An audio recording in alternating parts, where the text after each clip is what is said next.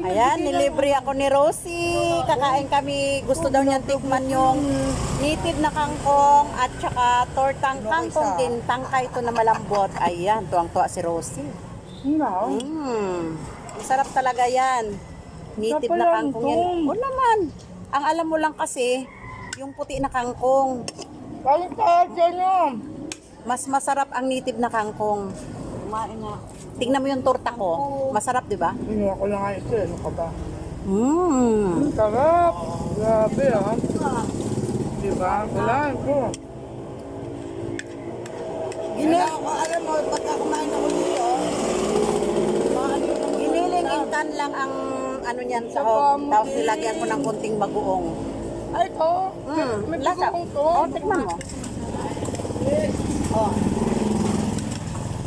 Ilang itlog na. Ang dalawang itlog, diba? Ang sarap talaga ng tortang kangkong. Ako din po, nailibre din po ako ni Exo lagi. Uy! Ang sarap. Ayan, kain tayo. Pinawisan na ako. Pero, anong gusto ko yung luto niya, kakain kaming dalawa. Isang supo to, 4 na ano, 6. Na ganyan, yung toko, ang sarap. Talagyan niya ng oyster. Binaliktad ko naman, oh. Binaliktad ko. Kumain ka na rin, ate guys.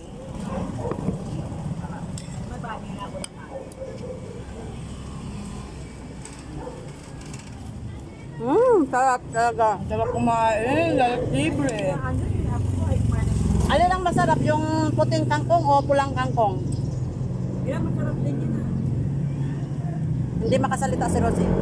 Ito, Di ba ang native ang masarap, di ba? Malasa. may ganun-ganun bang kangkong ba? Mm.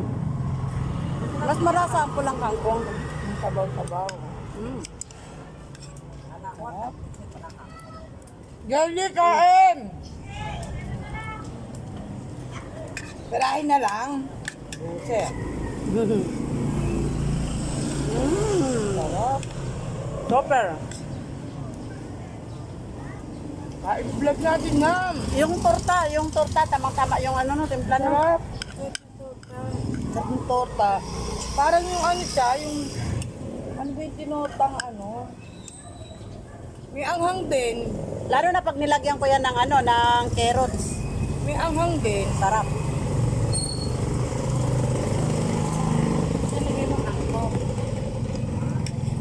Yung pinag-himayan nito.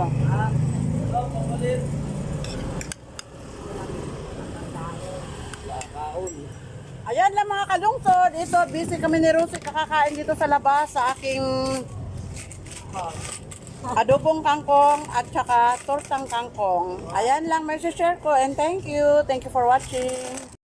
So ayan, good morning mga kalungsod. Ito yung in-order ko sa kumpare ko na native na kangkong. Meron kasi silang tanim doon sa tabing ilog. Native na kangkong. Ito, aadobuhin ko to siya. Ito mga malalambot, mga ano. Ayan, aadobuhin ko siya. Pagkatapos, yung malambot dito sa tangkay, hihiwain ko yan siya ng pahaba. Pagkatapos, hiwain ko ng pinong-pino. Pagkatapos, tsaka ko ngayon itutorta para walang masayang. Pagkatapos, ito yung matigas na part ng kangkong. Ang gagawin ko dito, papaugatin ko siya at aking itatanim para hindi na ako bibili doon sa aking kumpare. 'Di ba? Ayan, papaugatin ko 'yan pagkatapos itatanim ko.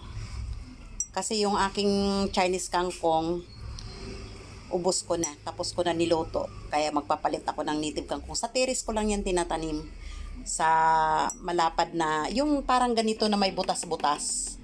Ayan, yung malapad. Yun ang pinagtaniman ko ng kangkong para maganda ang ano.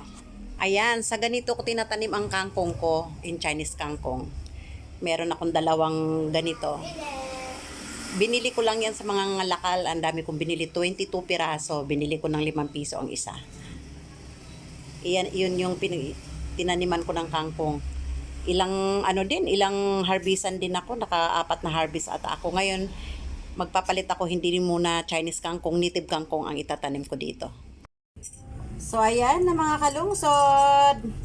Yung ating kangkong, hiniwa ko na siya sa gitna. Ngayon, hiwain ko siya ng pinong-pino para at huhugasan pagkatapos titimplahan natin. So, ayan na yung ating kangkong. Ayan, nahiwa na natin. Ngayon, hugasan natin siyang mabuti. Pagkatapos, medyo patuluin, tsaka natin siya ngayon timplahan. So, ayan, napatulo na natin siya ng maigi. Ayan. Ayan, lalagay na natin siya dito. Napain-in ko na yan, diyan. Hugasan ko na rin yung maigi.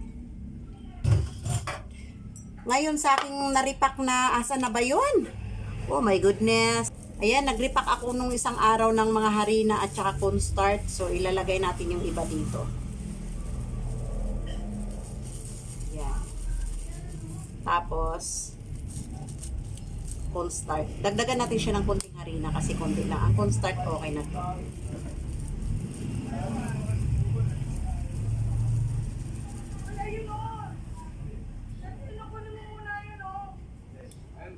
Ayan, dagdagan natin siya ng harina. Ayan. Magkano? 2-4 lang. Ay, ito na lang. Ay, bari ang simple na dala sa akin. Oo po eh, bari po kasi pinadala sa akin. Akin na.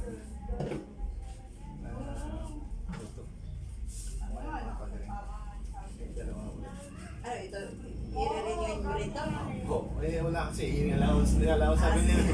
Oo po, yung parang... Mamaya na lang. Ah, sige ba? Nagawa muna ako ng video. Ay, sige ba? Sige.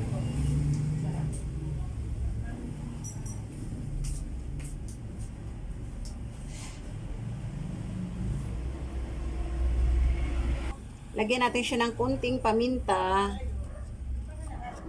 Pero kahit damihan nyo ng paminta, walang problema. Masarap naman ang paminta eh.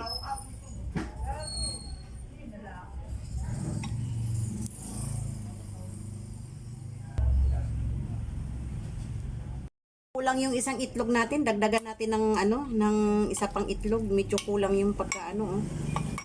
Kaya dagdagan natin siya ng isa. Yan, halo-haluin lang yan. Pagkatapos, bahala na kayo kung pabilog or palapad, pirituhin natin siya. At ang ginagamit ko na mantika sa akin pagluluto ay ito. Hindi ako gumagamit ng mantika na na yung binibili lang sa palengke. Ito. Yung isang ganito is 170 sa grocery. Noon pa yan, ganyan na talaga ang ano ko. So, ayan, medyo okay na. Ngayon, pirituhin na natin. Tikman muna natin pala. Ay, wow! Yummy, yummy! Hindi pa nga naluluto. So, ayan. Ayan, okay na yung texture niya. Oh.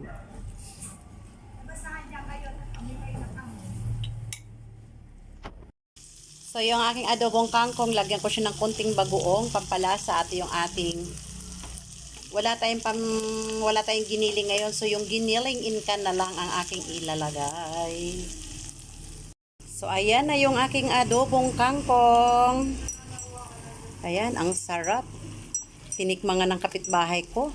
At nanghingi pa yung kapitbahay ko ng isang torta kasi tinikman niya, ang sarap, sabi niya. Kaya hiningi yung isang hiwa dyan.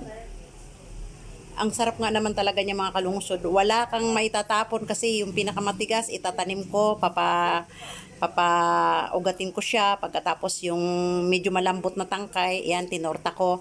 At yung talbos, ayan yun. Oh, ang sarap.